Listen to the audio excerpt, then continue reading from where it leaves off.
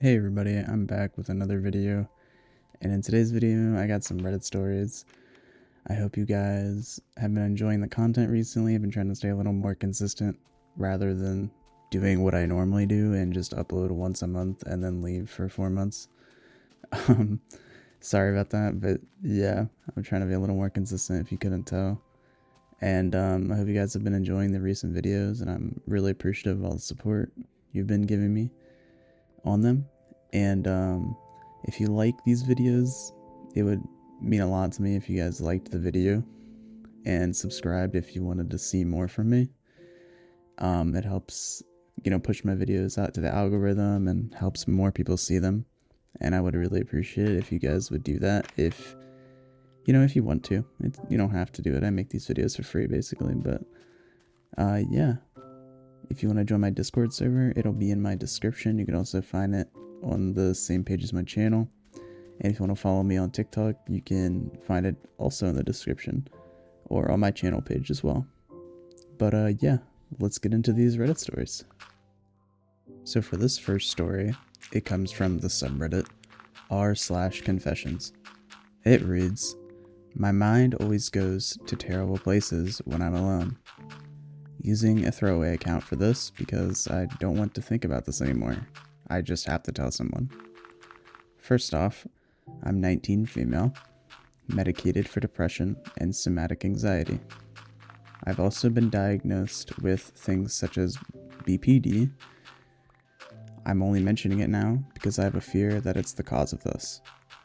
I've also had a habit of getting myself into rabbit holes or looking too deeply into terrible things when I'm left alone. I'm terrified to live alone in my own place after this. Ever since I was old enough to surf the web, I've been old enough to stay home alone as well. I'm left home alone quite a lot nowadays because my parents take vacations, and I've been having trouble finding work in my hometown. So I've just resorted to door dashing for the most part. But ever since I was old enough to be on the internet and stay home alone, my brain has always drifted towards the absolute worst. When I was about 13 to 15, I was looking at things on Reddit like the 50/50 challenge. By 16, I was deep into crime scene photography and even more gory things. I'm not proud of it at all, but it doesn't upset me like it would someone else. And I'm terrified because of that. The way that a normal person will look at the things that I look at would be with disgust. But it doesn't disgust me. It fascinates me.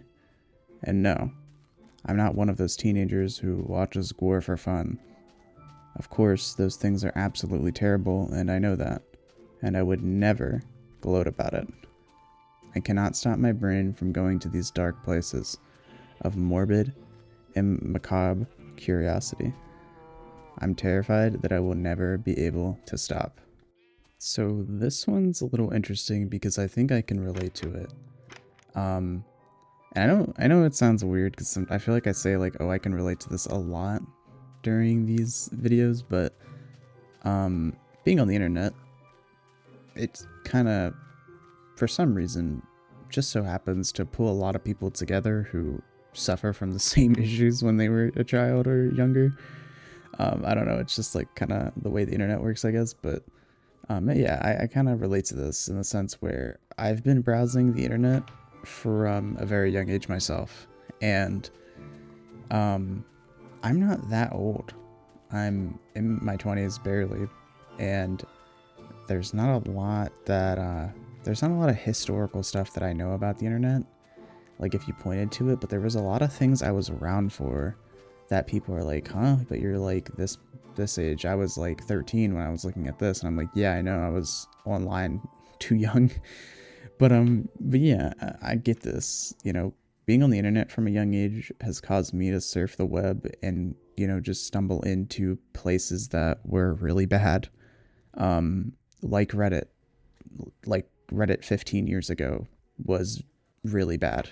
And there's places like that that still exist today.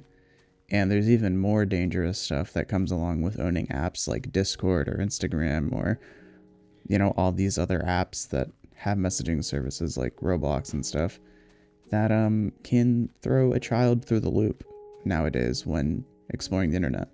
So I do get that. And especially if this person says like they were 15 years old looking at Reddit 50/50 challenges. If you don't know what that is, it's a 50/50 challenge. If you click on the image, it's either really gory or off-putting or just disgusting, or it's like a picture of a cute dog or something along those lines. To be 15 years old and to be looking at that stuff is kind of crazy. And just any gore in general, there's a lot of places you can go on the internet for that. There's a lot of places you can go on the internet for like crazy stuff and not get caught. And so like, honestly, I kind of realized that I thought I had BPD as well for a long time. But a lot of these thoughts in my brain that I get when like I'm alone, or like when I'm like just kind of sifting through Reddit or whatever I'm doing, it's kind of a factor of my OCD.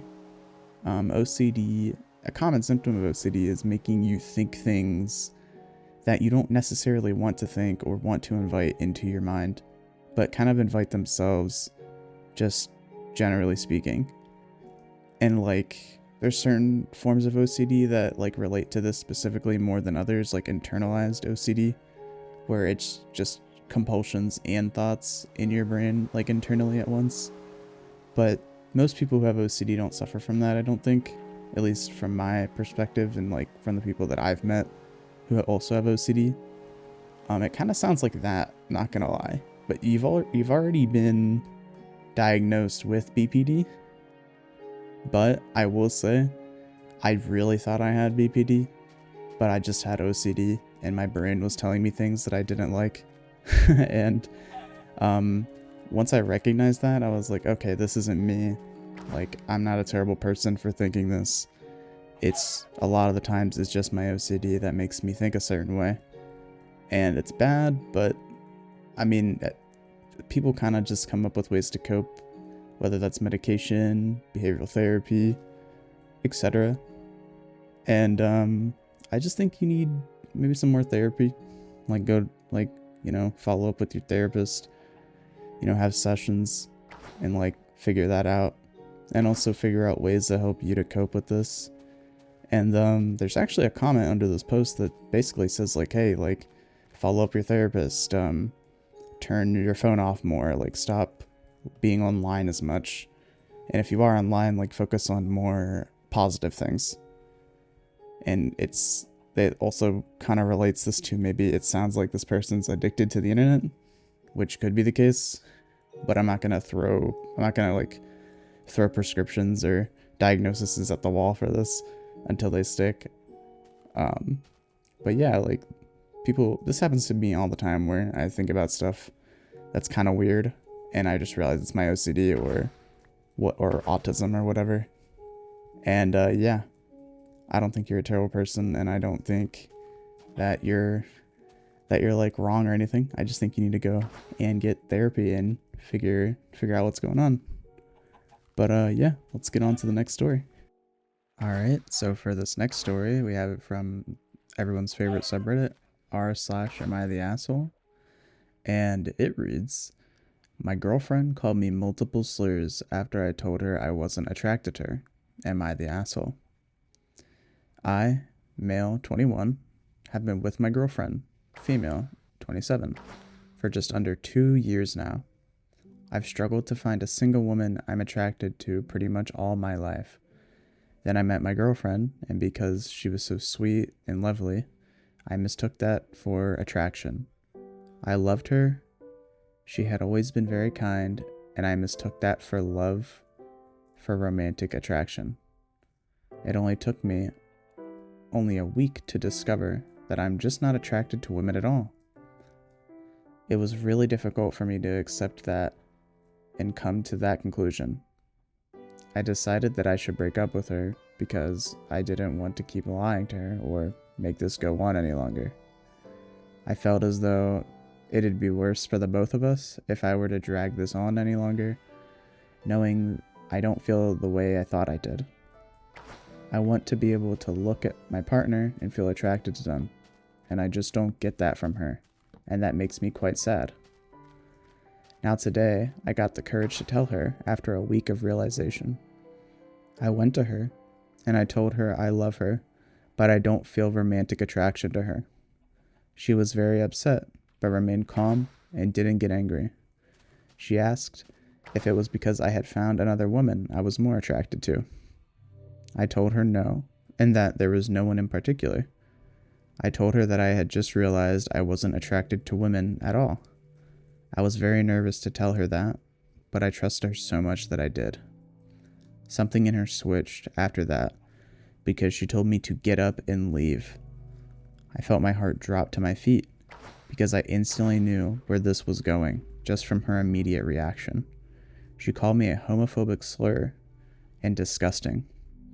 She accused me of cheating on her, and as I was quickly leaving, she yelled the same slur after me. I didn't take any of my stuff, because my phone and wallet, because I just wanted to leave.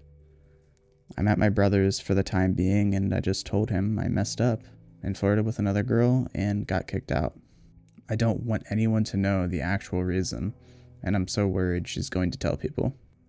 I feel really shitty for blindly getting with her in the first place before thinking and realizing I wasn't even attracted to her, and I feel even worse for how long I let it go on for. Even writing this, I'm so anxious, so I am sorry if this comes off as a giant mess. Okay, so let's break this down a little bit here, and not just to be a little analytical with this one. So you were 19 when you met this woman who was 25. And something that I don't get is that people who are dating with a little bit of an age gap, 6 years of an age gap, I feel like you could fill, not necessarily fill it in with age, but I feel like over time, the older this guy gets, he could help fill in for that lack of years slowly. Because there's only so much life that you can live in 6 years to learn a bunch of stuff. And it's a lot of life. Don't get me wrong. 6 years is a long time, but there is only so much you can learn in that amount of time, depending on how your life goes. And obviously ruling out a bunch of tragic stuff. Cause obviously a bunch of tragedies could happen in a week, and it would be the worst week of your life. And that might be the highlight of a 6-year period, but disregarding all that, this woman ought to have known a little bit, right? In the back of her mind, that I'm dating a 19-year-old. This is basically a kid that just got out of high school, who's still figuring out life, probably bouncing between jobs, still maybe has a career figured out, but maybe isn't 100% sure on that career. And even at 21, that may still be the case. You never really know. She's 6 years older than this guy.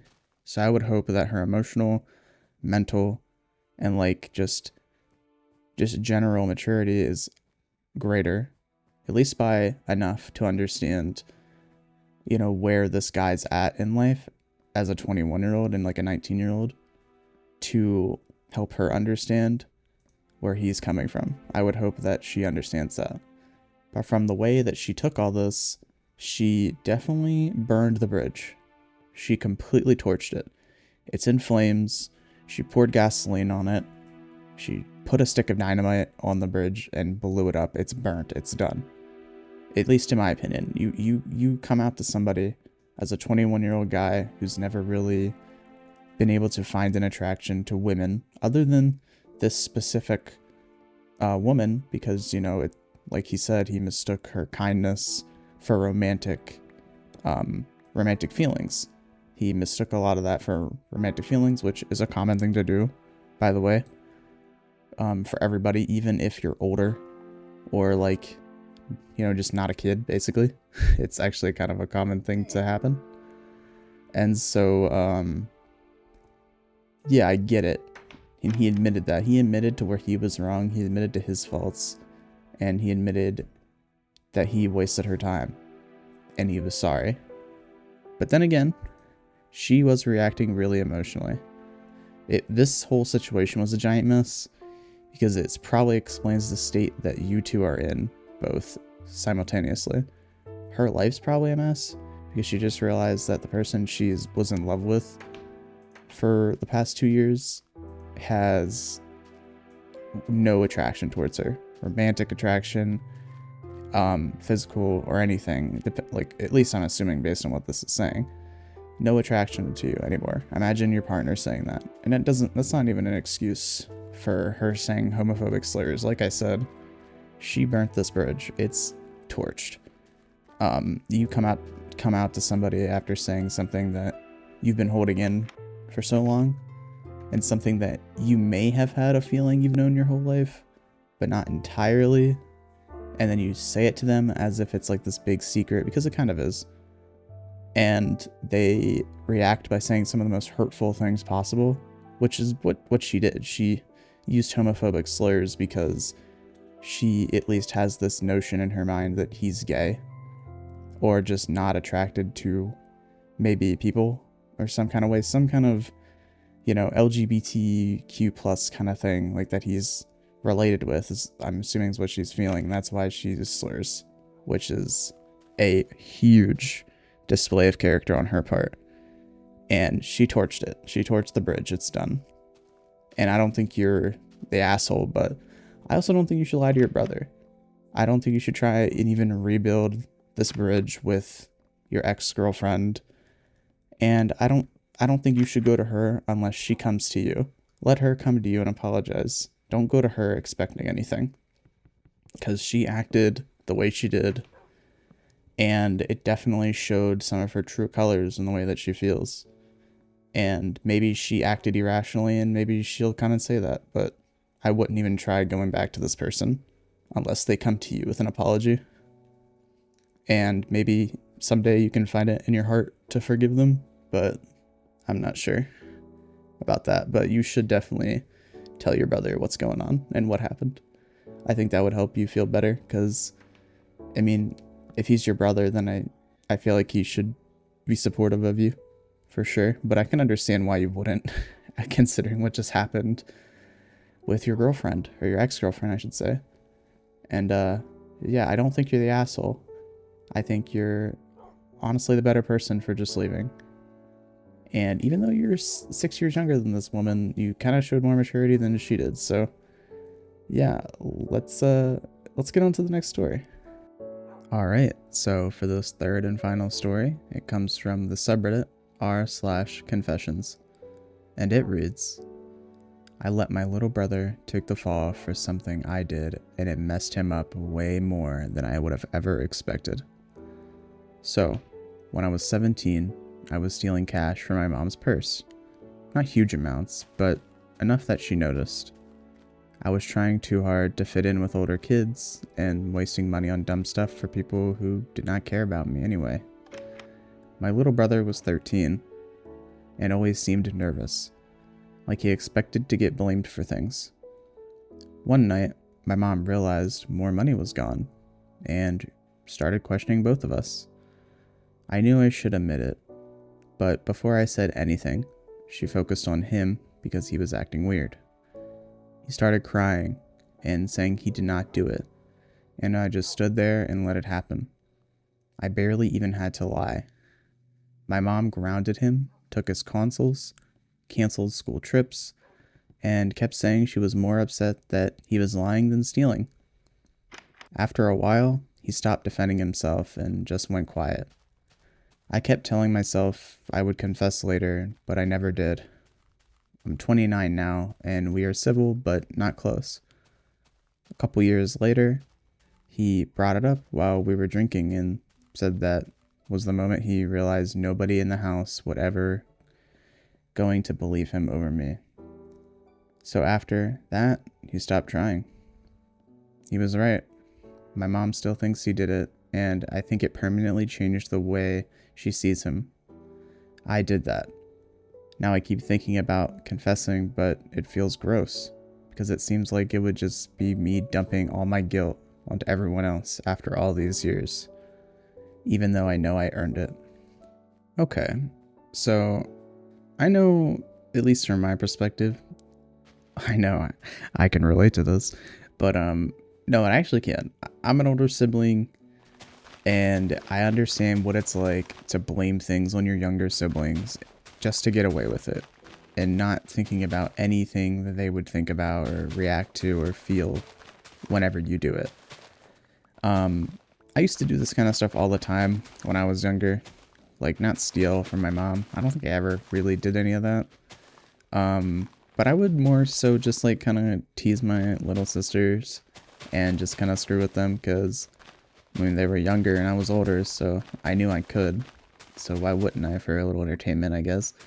And, like, I mean, I do regret it now because it's different when you're younger and you're all just kids and you're kind of just running around doing stuff, like, without a thought in your head. But after you, like, watch your siblings grow up into, like, real people who have real lives outside of, like, you and your mom and your dad or whatever, you kind of start to think about all the times you would torment them when they were younger. And it's like, dang, no one can mess with them but me, but still, I probably shouldn't have done all that. And it's not like, it's not like something like I ever had to apologize for, like, heavily to my sister or to anybody. It was more of a thing that was like, okay, as I grow older and with age, I recognize her that she's her own entity and that I'm my own entity. And the apology comes kind of like in that moment of respect between the two of us, that now we have a younger sibling that we both can team up on. No, it's not that, but like, you know what I'm trying to say. Like, if I have a younger sibling, the older we get, the more that kind of that hatred fades away. And I'm sure it has with her because, we talk all the time. We live together and stuff, so. But yeah, I understand this, and I honestly think you should probably just fess up. Not gonna lie, it was a long time ago. And yes, it was a very messed up thing for you to do. Because one of the worst things that a kid can do in response to, like, lectures from their parents, punishments, or just being, like, whatever, just getting in trouble, is staying silent and quietly opposing everything that parents or figures that they should be looking up to, just quietly disregarding everything they say, quietly rebelling. It's actually good when kids verbally rebel, despite it, like, not really making any sense, and kind of seems like it would like be more of a hassle to deal with kids publicly and, like, verbally rebelling against you as a parent. It's actually a good thing because at least the kid is going to rebel to you because they feel like you may listen. You may consider what they're saying because you are their mom or you are their dad or older brother or older sister or whatever that may be. And if they stop, then it's like, okay, I'm on my own. That's it. I just gotta rebel in my own head. I just gotta think of ways to skirt the rules in my own way. That's just the way it kind of goes. And, like, despite that, like, it kind of sounds counterintuitive to want your kids to yell at you, it's kind of a good thing that they're at least talking to you and expressing the way that they're feeling, maybe through a hurtful way or an aggressive way, but at least they're still doing it. And it sounds like this kid kind of just shut down after this and kind of just felt like, oh, I definitely didn't do this. I'm definitely innocent, but at least I think that. At least I know that. That's the most important thing.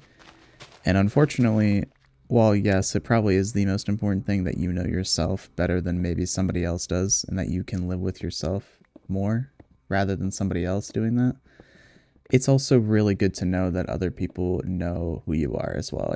And if they don't know who you truly are, maybe through somebody else lying about you constantly, like maybe a situation like this that we're dealing with, or through your own actions, then it definitely takes a toll on you as a person. Because, having people constantly perceive you as somebody different when you truly are just a certain way and you're not that way at all is really defeating. And I 100% understand where this little brother's coming from, and I think you should probably bring this up to your mother or your parents or something, and I think you should apologize to your little brother because it obviously changed the way he sees and views life in a profound way, and possibly in a negative way considering the way he took this. But yeah, that's the last story. Well, I hope you guys enjoyed this video. I really am glad that you guys have been showing a lot of support to my most recent videos. It makes me pretty happy and just overall in a good mood to see that people are enjoying what I'm putting out. And if you guys have any recommendations for something I can change about these videos, or just anything I can do better, or maybe anything more of that's good that I do, I can, do. And I do appreciate all the support again. It really does make me happy seeing all the feedback on these videos and that people are liking them. And yeah, if you like this video, subscribe and like. It helps me get pushed into the algorithm more by YouTube, and it would mean getting my videos out there to more people and garnering more of a community. So if you guys like these videos, please make sure to do that. You don't if you don't want to though, low key. But yeah, make sure to join my Discord. It's in the link in the description, and follow me on TikTok if you want to see what I post on there. And yeah, guys, thanks for all the support, and I'll see you guys next time. Peace out.